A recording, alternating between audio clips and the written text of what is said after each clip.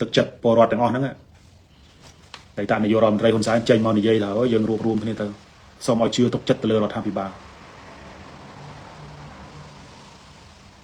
ប៉ុន្តែពលរដ្ឋខ្មែរ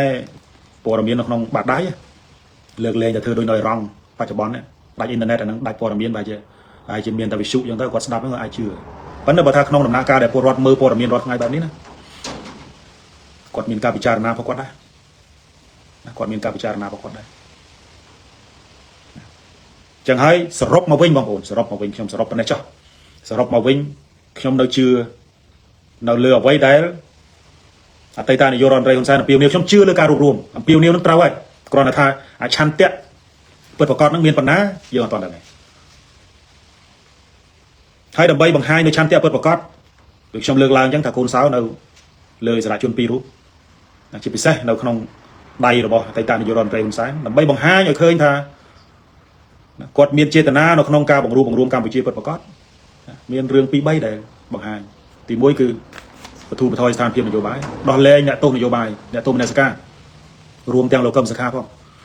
ហើយខ្ញុំថាបើសិនជាដោះលែងលោកកឹមសុខាវាធ្វើឲ្យពលរដ្ឋធ្វើឲ្យអ្នកនយោបាយហ្នឹងវារៀងស្រាក់ចិត្តបន្តិចដែរហើយក៏ជាការធ្វើសម្បទានជាមួយនឹងប្រទេសមហាអំណាចដែរយើងទៅមកបញ្ជូនចិនស៊ីទៅចិន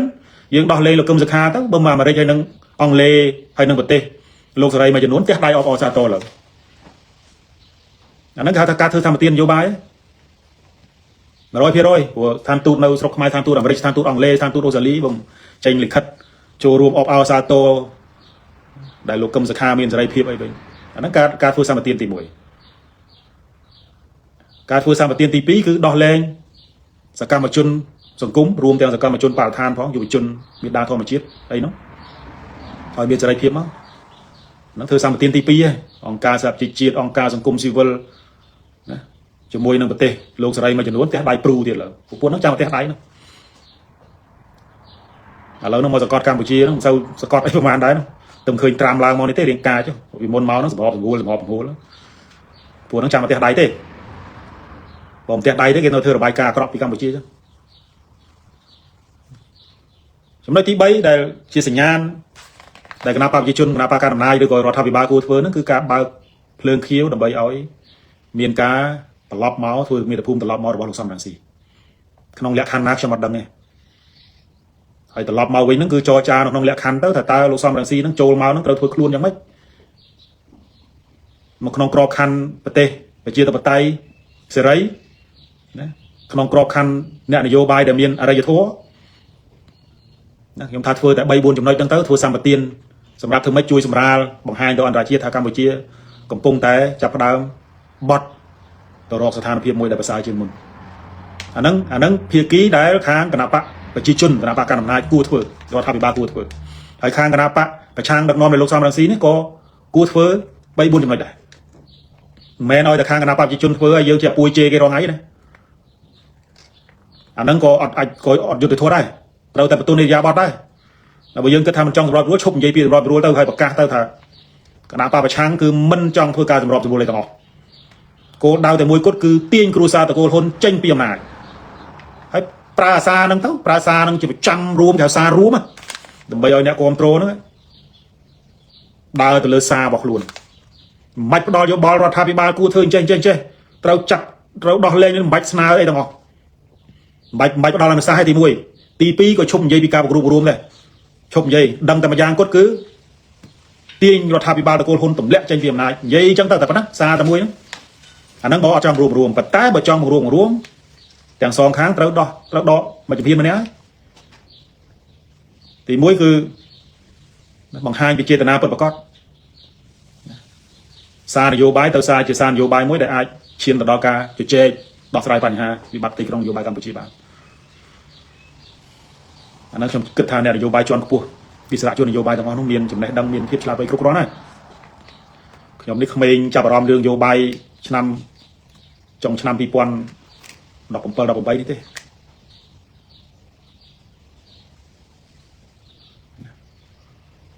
ដូច្នេះខ្ញុំគិតថាជាសរុបមកវិញគឺបើមានការរួបរวมមែនគឺវាត្រូវតែមានវត្តមានហើយបើកាន់តែល្អទៀតដែលធ្វើឲ្យ កម្ពុជានឹងកាន់តែរួបរวมមែនតែនទៀតគឺត្រូវមានវត្តមានលោកកឹមសុខាដែរគាត់ក៏រាប់ថាជាអិសរាជជនមួយដែលមានការគ្រប់គ្រងលំដាប់ទី3នៅក្នុងប្រទេសកម្ពុជាដែរចឹងហើយអិសរាជជនទាំង3រូបនេះរកឱកាសនៅក្នុងការជជែកគ្នាទៅហើយបើត្រូវការអាញាកដាលរកអ្នកណាមួយដែលគិតថាជាព្រឹទ្ធាចារ្យដែលមាននិន្នាការកដាលដែលមានប្រវត្តិស្អាតស្អំអាចថាជាស្ថាប័នអន្តរជាតិឬក៏ជាប្រទេសណាមួយពួកខ្ញុំមើលទៅកន្លងមកជប៉ុនក៏ធ្លាប់បើកភ្លើងខៀវនៅក្នុងការធ្វើជាអាញាកដាលដែរតើពួកជប៉ុនហ្នឹងរៀងទុនខ្លួនហើយទាំងគណៈបកប្រឆាំងទាំងគណៈបកកណ្ដាលអំណាចហ្នឹងក៏អាចថានិយាយគ្នាបានណាជាមួយជប៉ុនចឹងខ្ញុំមើលទៅវាដំបូងបើថាដល់សញ្ញាណនៅក្នុងការរកអាញាកដាលអាហ្នឹងមើលទៅប៉ុន្តែអត់ទេអាហ្នឹងយើងចាំមើលទាំងអស់គ្នាបងប្អូនពលរដ្ឋណាចឹងហើយថ្ងៃនេះខ្ញុំចូលរួមចំណែកប៉ុណ្ណឹងជារៀងរាល់ថ្ងៃគិតដោយសម្ដងខុសឆ្គងយ៉ាងណាបាទសូមអធិស្ឋានចំពោះ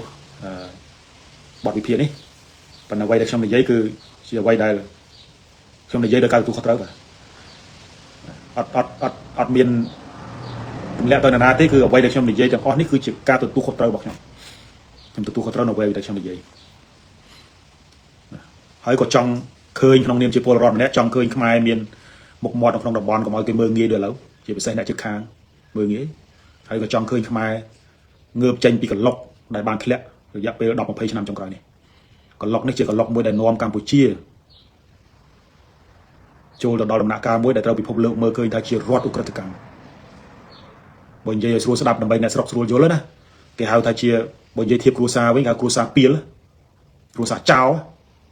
អ្នកជុំវិញយើងគេគ្រាន់តែដើរក្បែរផ្ទះគេថាកុំដើរក្បែរផ្ទះគេថាមើលមន់មើលតិចបាត់មន់ណាបងប្អូនមានដើរលឺអ្នកស្រុកថាឲ្យតែមួយនឹងដើរក្បែរផ្ទះហ្នឹងគឺបើមិនបាត់មន់ទេបាត់ឆ្កែយើងមករកដំណាក់កាលហ្នឹងហើយលោកមានមុខអីទៅនិយាយជាមួយគេនៅលើឆានរាជាតិអត់ទេអញ្ចឹងទៅនឹងក្រុមទី2ក្រុមទី3គឺជនភៀសសិទ្ធព្រឹកមិញឃើញរដ្ឋាភិបាលលោកហ៊ុនម៉ាណែតចេញសេចក្តីថ្លែងការណ៍ដែរអ្នកខ្លះដែលអាចទៅត្រឡប់ទៅផ្ទះសបាយវិញរដ្ឋាភិបាលលើកទឹកចិត្តឲ្យត្រឡប់ទៅវិញចិត្តអ្នកអត់បានទៅវិញដីគាត់ហ្នឹងយ៉ាងម៉េចខណៈដែលយន្តការធ្វើភាគីប្រើអត់បានវាយអត់ហ៊ានវាយមួយគេយកគាត់ឲ្យបង្កើតជំរំឲ្យគាត់នៅឬក៏មិនរយៈពេលប្រហែលនៅហ្នឹងតែដូចខ្ញុំនិយាយចឹងខ្ញុំជឿថាជនភៀសសិទ្ធទាំងអស់នោះរឿងជីវភាពរងគ្រោះសារសង្គ្រាមគាត់មិនសូវជាឈឺប្រហែលឈឺអាបាត់ទឹកដីអាបាត់ទឹកដីដែលពួកអ្នកមានពួកអុកញ៉ាអីរឹបអូសហ្នឹងគាត់ឈឺមកតង់ហើយអ្នកខ្លះប៉ុន្តែឈឺឲ្យជនជាតិដតីមកយកនេះដែលរដ្ឋាភិបាលមិនមានសមត្ថភាពក្នុងការការពារនេះអាហ្នឹងកាន់តែឈឺជាងមុនអាហ្នឹងក្រុមមនុស្សទី3ក្រុមមនុស្សទី4គឺមន្ត្រីរាជការពួកគាត់អត់សប្បាយចិត្តទេខ្ញុំជជែកពួកខ្ញុំជាអតីតរាជការដែរខ្ញុំជាគ្រូបង្រៀននៅសាកលវិទ្យាល័យដែរ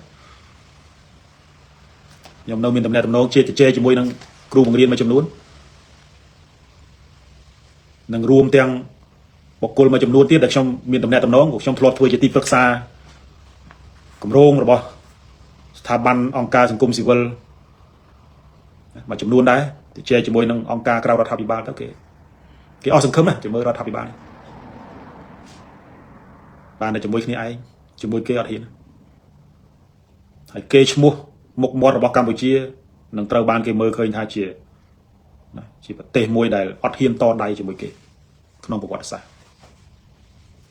ថៃផ្ដឺយើងរងហើយមិនមែនជនសាមញ្ញទេណាមន្ត្រីយោធាថៃអ្នកនយោបាយថៃផ្ដឺយើងរងហើយផ្ដឺដោយការប្រមាថផ្ដឺដោយការមើលងាយអ្នកស្ដាប់ភាសាថៃបានបងប្អូនពលករដែលធ្លាប់នៅប្រទេសថៃស្ដាប់ភាសាថៃបានមើលទូរទស្សន៍ថៃមើល Facebook ក៏មើលពួកថៃដែលជាមនុស្សសាមញ្ញអាហ្នឹងយើងអីយើងគិតថាហ្នឹងគាត់មិនដឹងប៉ុន្តែអ្នកនយោបាយថៃកងទ័ពថៃដែលផ្ដឺផ្ដងមើលងាយកម្ពុជាជារឿងដែលគួរអាម៉ាស់ហើយវាឈឺ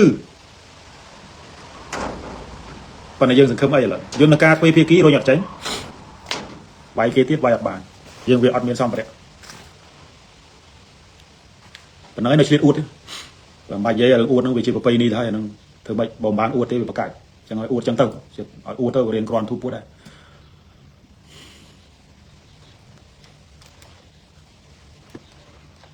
ចឹងហើយខ្ញុំមើលទៅការស្អំ ទឹកចិត្តពលរដ្ឋអញ្ចឹងហើយបានខ្ញុំឃើញថាដើម្បីស្អំផ្លែលួពួកនឹងបាយត្រឡប់មកវិញអញ្ចឹងហើយឲ្យបាញ់អាកភ្លើងអត់មាននេះហ្នឹងទៅហើយកភ្លើងយន្តកភ្លើងអីហ្នឹងបញ្ជូនអ្នកបាញ់ទៅហ្នឹងសិតតែជាអ្នកដែលស្និទ្ធទេបើកងទ័ពអត់ស្បែកជើងកងទ័ពពេលបញ្ជើងផ្ទាត់នេះគេឲ្យប្រើកភ្លើងចាស់នោះទី1ទី2វិធីនៅក្នុងការគិតគូររឿងជីវភាពកងទ័ពពេលមានសង្គ្រាមសិទ្ធិកូនអ្នកក្រធ្វើសង្គ្រាមផងលើកដៃអំពាវនាវសុំអសប្បុរសជនឲ្យជួយមើលកូនមើលប្រពន្ធខ្ញុំផងអ្នកខ្លះឆ្លៀតសុំម៉ូតូជិះកងទ័ពបង្ហាញពីការមិនពេញចិត្តតាមពិតរបៀបនៅក្នុងការដោះស្រាយបញ្ហានៅក្នុងការលើកទឹកចិត្តកងទ័ពឬក៏គិតគូរអំពីជីវភាពរបស់កងទ័ពហ្នឹងគឺនៅមានកម្រិតខ្លាំងណាស់មិនឲ្យកងទ័ពស៊ីឆ្អែតប្រហែលទេបើសិនជាក្នុងករណីរដ្ឋាភិបាលមានចិត្តនៅក្នុងការជួយជីវភាពកងទ័ពឲ្យរស់នៅថ្លៃថ្នូរមិនឲ្យកងទ័ពជាតិមួយដែលយើងហៅវីរៈកងទ័ពនឹងលើកដៃសំពះសុំម៉ូតូគេសុំជំនួយពីគេនោះយើងត្រូវធ្វើកំណែតម្រង់កាត់បន្ថយទ័ពខ្មោចហើយនឹងទ័ពលៀបលេទ័ពដុសក្បាលពោះនៅក្នុងទីក្រុងភ្នំពេញហ្នឹងចម្រាញ់កងទ័ពដែលធ្វើការការពារជាតិពិតប្រាកដហើយថាវិការជាតិតាក់ទងទៅនឹងការប្រើប្រាស់នៅក្នុងវិស័យកងទ័ពហ្នឹង800ជិត900លានខ្វះតែ100 200ខ្វះតែ860លានឆ្នាំ2025ខ្វះតែ120លានទៀតទេ1000លានដុល្លារអាមេរិកហើយឆ្នាំនេះតម្លើងមកទៀតអាចចូលដល់1000លានហើយប៉ុន្តែមើលជីវភាពកងទ័ពពិតប្រាកដតម្លើងថាវិការកងទ័ពកាន់តែច្រើនពោះមេទ័ពកាន់តែធំចឹងហើយកងទ័ពក្រោយសង្គ្រាមនេះគឺទី1គឺអារឿងជីវភាពខ្លួនឯងហ្នឹងក៏មិនសប្បាយចិត្តទី2គឺរឿងក្នុងនាមជាកងទ័ពបើនិយាយពីរឿងការបាត់បង់ទឹកដីប្រហែលជាឈឺចិត្តជាងពលរដ្ឋធម្មតាពួកគាត់នៅមកពុំមុខ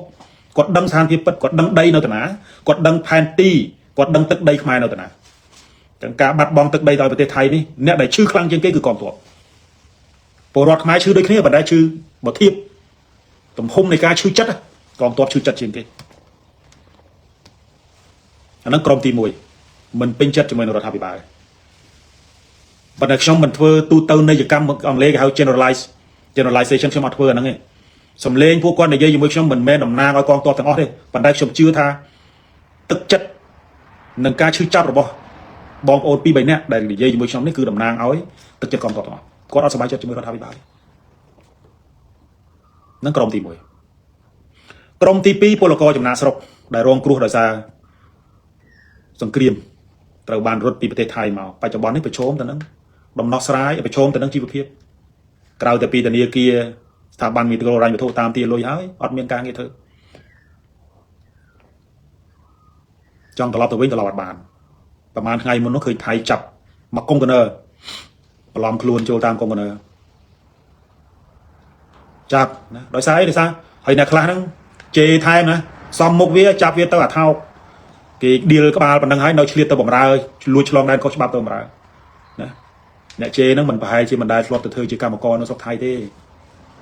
ជេហ្នឹងជេយកលុយទេនោះប៉ុន្តែគ្នាអ្នកដែលមានជីវភាពលំបាកត្រូវការធ្វើចំណាកស្រុកទៅប្រទេសជិតខាងអាចរស់បានប្រឹងចឹងហើយឥឡូវនេះមិនទាន់ឃើញមានរដ្ឋាភិបាលមានយន្តការច្បាស់លាស់នៅក្នុងការដោះស្រាយបញ្ហាពលករចំណាកស្រុកដែលត្រឡប់មកជិត1លាននេះទេនៃរឿង Gen Z ដែលថ្មីនេះឃើញថារដ្ឋាភិបាលកាលពីថ្ងៃទី7មករាហ្នឹងរដ្ឋាភិបាលលោកហ៊ុនម៉ាណែតបានចាប់បញ្ជូនលោក Gen Z ទៅឲ្យរដ្ឋាភិបាលចិនមូលហេតុនៃការចាប់ខ្លួននេះប្រហែលជាបងប្អូនបានដឹងខ្លះហើយថាអាចមកពីសម្ពាធអន្តរជាតិពីសម្ពាធអន្តរជាតិជាពិសេសប្រទេសលោកសេរីមួយចំនួនហើយនឹងអាចពាក់ព័ន្ធទៅនឹងការចាប់ខ្លួនលោកម៉ាន់ឌូរ៉ូនាយករដ្ឋមន្ត្រីរបស់វេណេស៊ុយឡាផងដោយការចាប់ខ្លួននាយករដ្ឋមន្ត្រីវេណេស៊ុយឡាពីសហរដ្ឋពីសំណាក់សហរដ្ឋអាមេរិកនេះគឺមិនមែនជាការធ្វើសង្គ្រាមរបស់សហរដ្ឋអាមេរិកទៅលើប្រទេសវេណេស៊ុយឡាទេក៏ប៉ុន្តែសហរដ្ឋអាមេរិកបានប្រកាសថាជាការបង្ក្រាបឧក្រិដ្ឋករគ្រឿងញៀនដែលយកប្រទេសវេណេស៊ុយឡាជាប្រទេសជាកន្លែងផលិតគ្រឿងញៀននិងជាកន្លែងដែលចែកចាយគ្រឿងញៀនទោះបីយ៉ាងណាក៏ដោយគ្រប់គ្នាដឹងហើយថាសហរដ្ឋអាមេរិកមានគោលបំណងផ្សេងមិនមែនតែរឿងករណី ប្រទេសវេណេស៊ុយឡាជារដ្ឋឧក្រិដ្ឋកម្មទេជារដ្ឋដែលនាំគ្រឿងញៀនទៅសហរដ្ឋអាមេរិកទេក៏ប៉ុន្តែក៏មានការលើកឡើងអំពីសហរដ្ឋអាមេរិកមានចេតនានៅក្នុងការយកប្រេងពួកយើងដឹងហើយថាប្រេងរបស់ប្រទេសវេណេស៊ុយឡានេះជាប្រេងដែលមានដែលប្រទេសវេណេស៊ុយឡាជាប្រទេសដែលមានការរក្សាទុកប្រេងច្រើនជាងគេបំផុតក្នុងពិភពលោកណាក្នុងពិភពលោកអានេះជាអ្វីដែលយើងព្យាយាមឆ្លើយទៅនឹងសំណួរទៅហេតុអីបានជារដ្ឋាភិបាលចាប់ Gen Z ប៉ុន្តែមានសំណួរមួយដែលបងប្អូនភាគច្រើនឆ្ងល់ថាតើហេតុអីបានជារដ្ឋាភិបាលកម្ពុជារដ្ឋាភិបាលលោកហ៊ុនម៉ាណែតហ្នឹងបញ្ជូន Gen Z ទៅប្រទេសចិនមិនបានបញ្ជូនទៅអាមេរិកឬក៏បញ្ជូនទៅអង់គ្លេសដែល Gen Z ហ្នឹងមានសញ្ជាតិចង់ជម្រាបជូនចេះខ្ញុំមិននិយាយប្រវត្តិ Gen Z ទេក៏ប៉ុន្តែចង់អាប់ដេតចង់ធ្វើបច្ចុប្បន្នភាពជូនបងប្អូនថា Gen Z មានសញ្ជាតិ3មានសញ្ជាតិ3មានសញ្ជាតិចិនហើយដើមកំណើតជាជនជាតិចិនមានសញ្ជាតិចិនអាហ្នឹង 100% ហើយមានសញ្ជាតិខ្មែរមានសញ្ជាតិកម្ពុជាតាមរយៈការទិញសញ្ជាតិអីជាដើមឡើងព្រោះ Gen Z មកប្រទេសកម្ពុជាហ្នឹងកាលពីឆ្នាំ2011មករកស៊ីហើយនឹងមានសញ្ជាតិអង់គ្លេសក៏ប៉ុន្តែសញ្ជាតិចិនហើយនិងសញ្ជាតិខ្មែរហ្នឹងគឺបានបាត់បង់ហើយយើងដឹងហើយថាកាលពី3ខែមុនហ្នឹងគឺអង្គព្រះមហាក្សត្របានលុបសញ្ជាតិចិនដកងារជាអុកញ៉ាដកសញ្ជាតិអីអស់ហើយអ្វីដែលសំខាន់គឺ Gen Z នៅតែមានសញ្ជាតិតែមួយទេបងប្អូននៅតែមានសញ្ជាតិមានតែសញ្ជាតិអង់គ្លេសដូច្នេះសំណួរសួរថាហេតុអីបានជាកម្ពុជាមិនបញ្ជូនទៅអង់គ្លេសទៅប្រទេសដែលខ្លួនកាន់សញ្ជាតិឲ្យតុលាការអង់គ្លេសកាត់សេចក្តីខ្ញុំមានយើងសម្រាប់ខ្ញុំយើងដឹងហើយថាយើងមិនមានមូលហេតុច្បាស់លាស់ 100% ណាមួយទេអានឹងមានតែរដ្ឋាភិបាលទេដែលដឹងច្បាស់ថាមូលហេតុឯងបានខ្លួនបញ្ជូនទៅប្រទេសចិនក៏ប៉ុន្តែក្នុងនាមយើងជាអ្នកតាមដានក្នុងនាមខ្ញុំជាអ្នកវិភាគម្នាក់ខ្ញុំមានសមិទ្ធកម្មដែលជាមូលហេតុខ្លះមួយចំនួនដែលចង់ឲ្យបងប្អូនយកទៅពិចារណាហើយសមិទ្ធកម្មដែលជាមូលហេតុរបស់ខ្ញុំនេះត្រូវឬក៏ប្រមាណភាគរយមិនត្រូវប្រមាណភាគរយនេះវាអាស្រ័យលើហេតុផលមួយចំនួននិងអាស្រ័យលើព្រឹត្តិការណ៍មួយចំនួនដែលខ្ញុំនឹងយកមកធ្វើជាទិល័យកក្នុងការធ្វើការបទវិភាគទាក់ទងទៅនឹងករណី Gen Z នេះទី1មូលហេតុដែលកម្ពុជាបញ្ជូន Gen Z ទៅប្រទេសចិនប្រកាសណាស់ថាកម្ពុជាបានដឹងច្បាស់ណាស់ពិសេសរដ្ឋាភិបាលដឹកនាំដោយលោកហ៊ុនម៉ាណែតដែលមានឪពុកជាទីប្រឹក្សាផ្ទាល់ហ្នឹងដឹងច្បាស់ណាស់ថាកន្លងមករដ្ឋាភិបាលចិនឬក៏ប្រព័ន្ធយុត្តិធម៌ឬក៏តុលាការចិនហ្នឹងគឺមិនជាទូទៅកាត់ទោសហ្នឹងមិនសូវជាស្រាវទៅរកអ្នកនៅពីខាងក្រោយខ្នងអ្នកផ្សំគំនិតអីទេណាដោយករណីថៃចាប់បញ្ជូនស៊ីចៃសៀងខ្ញុំអានជាមេឧក្រិដ្ឋករអនឡាញដែរបញ្ជូនទៅចិនហើយក៏ឃើញតុលាការចិនមិនព្យាយាមស្វែងរកអ្នកពាក់ព័ន្ធដែលនៅពីខាងក្រោយនឹងដែរគេនៅពីក្រោយនឹងតាមពិតថៃចាប់ស៊ីចៃសៀងហ្នឹងគឺមកពីភូមាដែលជាមេឧក្រិដ្ឋករអនឡាញដូច Gen Z ដែរក៏ប៉ុន្តែបោះទីតាំងនៅប្រទេសភូមាអត់ឃើញតុលាការចិនមកដល់ពេលនេះឃើញថាតុលាការចិនមិនទាន់ឃើញមាននីតិវិធីអីនៅឡើយក៏ប៉ុន្តែអត់ព្រោះប្រកាសណាស់ថាពីមុនមកនៅពេលដែលចាប់អក្រិតជនបានហ្នឹងគឺមិនសូវជាស្រាវជ្រាវទៅរកឲ្យឃើញពីប្រភពថាតើអ្នកណានៅពីខាងក្រោយខ្នងអ្នកណាផ្សំគំនិតទេក៏ប៉ុន្តែដោយឡែកប្រព័ន្ធយុត្តិធម៌អាមេរិកឬក៏ប្រព័ន្ធយុត្តិធម៌អង់គ្លេសនឹងប្រកាសណាស់នឹងធ្វើការស្រាវជ្រាវថាតើអ្នកណានៅពីខាងក្រោយខ្នងមេឧក្រិដ្ឋករទាំងអស់នោះដូច្នេះអានេះខ្ញុំគិតថាជាមូលហេតុមួយដែលរដ្ឋាភិបាលកម្ពុជាបញ្ជូន Gen Z ទៅប្រទេសចិនព្រោះបើសិនជាក្នុងករណីបញ្ជូនទៅសហរដ្ឋអាមេរិកឬក៏បញ្ជូនទៅអង់គ្លេសនៅពេលដែលអង់គ្លេសឬក៏សហរដ្ឋអាមេរិកធ្វើការស្រាវជ្រាវទៅវាអាចពាក់ព័ន្ធទៅនឹងមន្ត្រីជាន់ខ្ពស់ណាមន្ត្រីជាន់ខ្ពស់មួយចំនួនរួមទាំងមន្ត្រីជាន់ខ្ពស់របស់រដ្ឋាភិបាលផងណារដ្ឋាភិបាលផងអាចនឹងពាក់ព័ន្ធទៅដល់គ្រួសារតកូលនាយករដ្ឋមន្ត្រីផងដូច្នេះហើយប្រកាសណាស់ថាដើម្បីសុវត្ថិភាពរបស់មន្ត្រីជាន់ខ្ពស់រដ្ឋាភិបាលឬក៏ដើម្បីសុវត្ថិភាពសមាជិកគ្រួសាររបស់ខ្លួនការបញ្ជូនទៅ Gen Z ទៅសហរដ្ឋអាមេរិកឬទៅប្រទេសចិនហ្នឹងជាគំនិតមួយដែលមិនអាចទៅរួចទេណាដែលមិនអាចទៅរួចដូច្នេះមានតែចិនទេបើតាមព្រឹត្តិការណ៍កន្លងមក2-3ខែកន្លងមកនេះវាគួរតែបញ្ជូនទៅសហរដ្ឋអាមេរិកឬបញ្ជូនទៅអង់គ្លេសជាសម្ព័ន្ធមិត្តរបស់សហរដ្ឋអាមេរិកដើម្បីអីដើម្បីយកចិត្តសហរដ្ឋអាមេរិកព្រោះកន្លងមកយើងឃើញហើយម្នាក់ព្យាយាមលើកទឹកចិត្តលើកសរសើរ Donald Trump ដែលបោះដៃមកជួយសម្របសម្រួលស្វែងរកសន្តិភាពឲ្យកម្ពុជាអញ្ចឹងហើយវាគួរតែយក Gen Z នេះទៅធ្វើសម្បទានជាមួយនឹងសហរដ្ឋអាមេរិកឬក៏យក Gen Z ចាប់ Gen Z បញ្ជូនទៅសហរដ្ឋអាមេរិកដើម្បីជាកាដូនៅក្នុងការលើកទឹកចិត្តសហរដ្ឋអាមេរិកដែលបានជួយបញ្ចប់សង្គ្រាមតាមរយៈការធ្វើជាអាជ្ញាកណ្ដាលណាស្វែងរកសន្តិភាពឬក៏បញ្ចប់ការបាញ់នៅទីក្រុងកូឡាឡាំពួរប្រទេសម៉ាឡេស៊ីនោះប៉ុន្តែ រដ្ឋាភិបាលកម្ពុជាបែរទៅជាបញ្ជូនចិនស៊ីទៅចិនវិញហើយមកដល់ពេលនេះយើងមិនទាន់ឃើញមានប្រតិកម្មចេញពីប្រទេសអង់គ្លេសនិងសហរដ្ឋអាមេរិកនៅឡើយទេថាតើក្នុងករណីនេះជំហររបស់សហរដ្ឋអាមេរិកក៏ដូចជាប្រទេសអង់គ្លេសនឹងមានជំហរបែបណាព្រោះ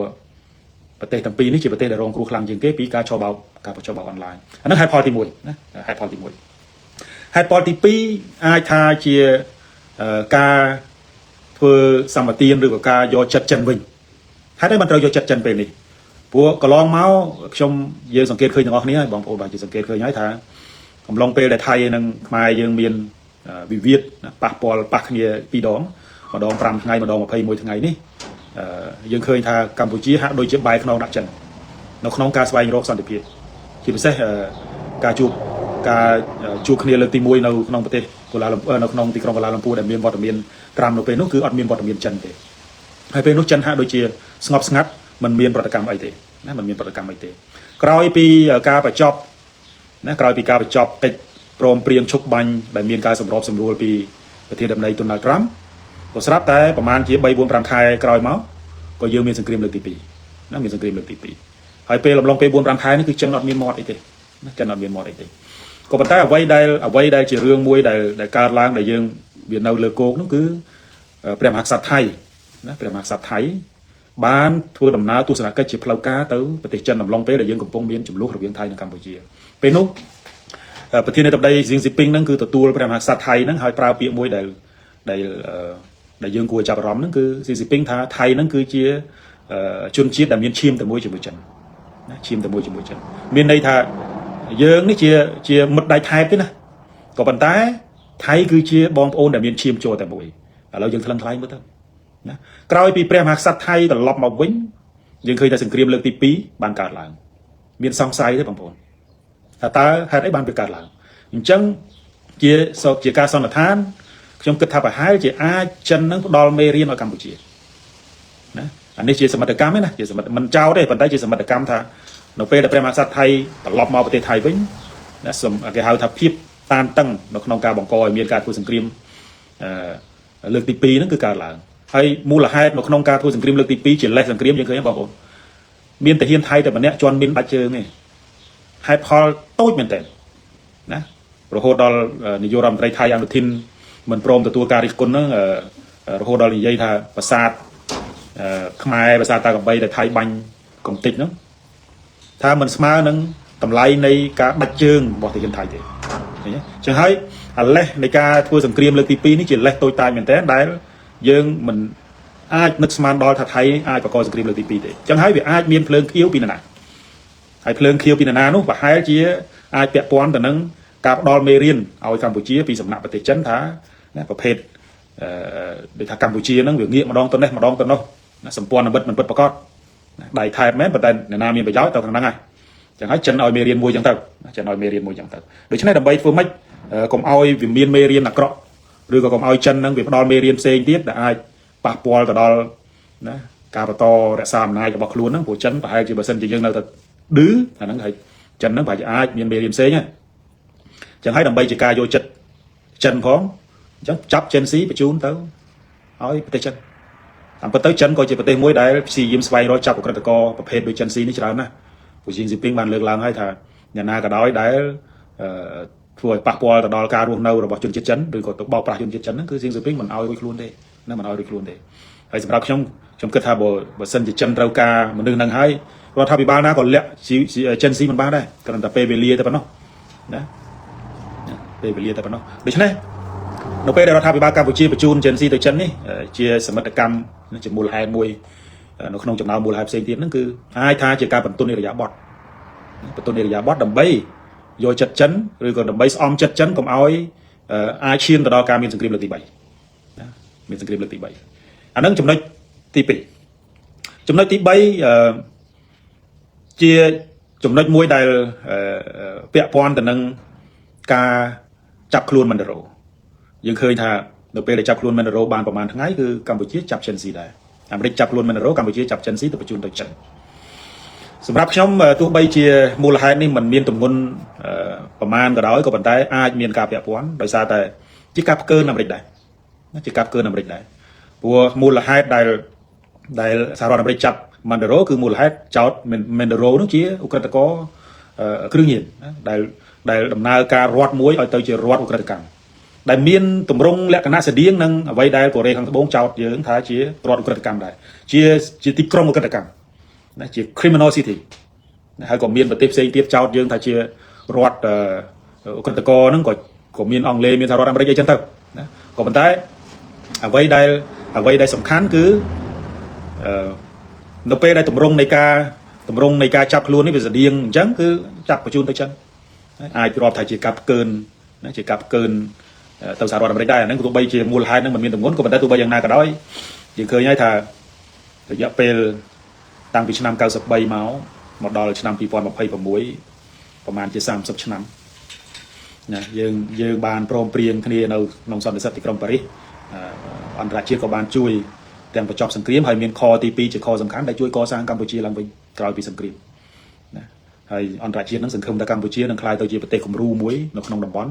ក្រោយពីទទួលឥទ្ធិពលពីកុម្មុយនីសនឹងក្លាយទៅជាប្រទេសប្រជាធិបតេយ្យពេញលេញក៏ប៉ុន្តែមកដល់ពេលនេះណារដ្ឋាភិបាលដឹកនាំដោយលោកនាយករដ្ឋមន្ត្រីហ៊ុនសែនឥឡូវនេះមកដល់កូនបាននាំកម្ពុជាឲ្យមកដល់ដំណាក់កាលមួយដែលត្រូវពិភពលោកមើលឃើញថាជាប្រទេសដែលមានឧក្រិដ្ឋកម្មជារដ្ឋមួយដែលដំណើរការដោយក្រិតកោអានឹងវាជារឿងដែលគួរសោកស្ដាយហើយយើងត្រូវទទួលស្គាល់ការពិតវាជារឿងពិតដែលនិយាយទៅវាខ្ញុំគិតថាពេលយើងនិយាយទៅគឺរដ្ឋាភិបាលមិនសប្បាយចិត្តទេប៉ុន្តែវាជារឿងពិតជារឿងពិតដែលថាតើហេតុអីបានយើងដើរមកដល់ដំណាក់កាលនេះយើងដើរមកដល់ដំណាក់កាលនេះដោយរបៀបណាហើយកុំបន្ទោសទៅរដ្ឋាភិបាលយើងត្រូវចេញមុខទទួលខុសត្រូវទាំងអស់គ្នារួមទាំងពលរដ្ឋផងយើងបដ ாய் ឲ្យរដ្ឋាភិបាលនាំកម្ពុជាមកคล้ายទៅជាទៅជារដ្ឋឧក្រិដ្ឋកម្មនៅក្នុងកែវភ្នែករបស់ពិភពលោកដោយរបៀបណាដោយរបៀបណាហើយកុំថាអូអានឹងគេចោទយើងទេយើងមើលទៅណាយើងមើលទៅអានេះហើយដែលពលរដ្ឋកម្ពុជាត្រូវតែពិចារណាឡើងវិញរួមទាំងបញ្ញវន្តរួមទាំងមន្ត្រីរាជការផងហើយយើងបដ ாய் ឲ្យរដ្ឋាភិបាលមួយនេះដឹកនាំប្រទេសយើងមកដល់ដំណាក់កាលនេះដោយរបៀបណាក្រោយយើងមិនបាញ់ធៀបទៅនឹងសម័យខ្មែរក្រហមទេមិនបាច់ធៀបទេព្រោះក្រោយពីឆ្នាំ93មកអន្តរជាតិតែមាន8 9 10ប្រទេសរួមអង្គការសហជីវជាតិផងហ្នឹងបានសម្រាប់ជួយកម្ពុជាឲ្យកម្ពុជាស្ដារឡើងវិញកុំយកបច្ចុប្បន្នទៅធៀបជាមួយខ្មែរក្រហមវាឆ្ងាយពេកយើងរាប់ត្រឹមតែពី93មកអាហ្នឹងមូលហេតុទី2មូលហេតុទី3តាក់ទងទៅនឹងអានេះជាសមិទ្ធកម្មដែលមិនសូវមានទម្ងន់ដែរសម្រាប់ខ្ញុំក៏ប៉ុន្តែទោះបីយ៉ាងណាក៏ដោយខ្ញុំបានជជែកជាមួយនឹងមនុស្សមួយចំនួនតាក់ទងទៅនឹងរឿងសំណាញ់មេឃណាដែលអតីតនាយករដ្ឋមន្ត្រីហ៊ុនសែនបានប្រកាសថាកម្ពុជាមានសំណាញ់មេឃហ្នឹងប៉ុន្តែអត់ឃើញប្រើទេហេតុអីបានមិនប្រើហើយកងទ័ពដែលខ្ញុំទៅជែកជាមួយនឹងថាកម្ពុជាមានអាហ្នឹងមែនប៉ុន្តែបាញ់អត់ចេញអានេះបើសិនជាគាត់កុហកខ្ញុំកុហកតណាក៏ប៉ុន្តែវាជាហេតុផលមួយដែរអញ្ចឹងហើយការចាប់បញ្ជូន Gen Z ទៅឲ្យប្រទេសចិននេះអាចជាការដោះដូរជាមួយនឹងការយកលេខកូដនៅក្នុងការបាញ់កំភ្លើងបាញ់សំណាញ់មេឃនេះមកសម្រាប់ត្រៀមនៅក្នុងការធ្វើសង្គ្រាមលើកទី3ចឹងហើយយើងចាំមើលព្រោះស្ថានភាពបច្ចុប្បន្ននេះខ្ញុំថាថៃនឹងកំពុងតែបានដៃហើយថៃកំពុង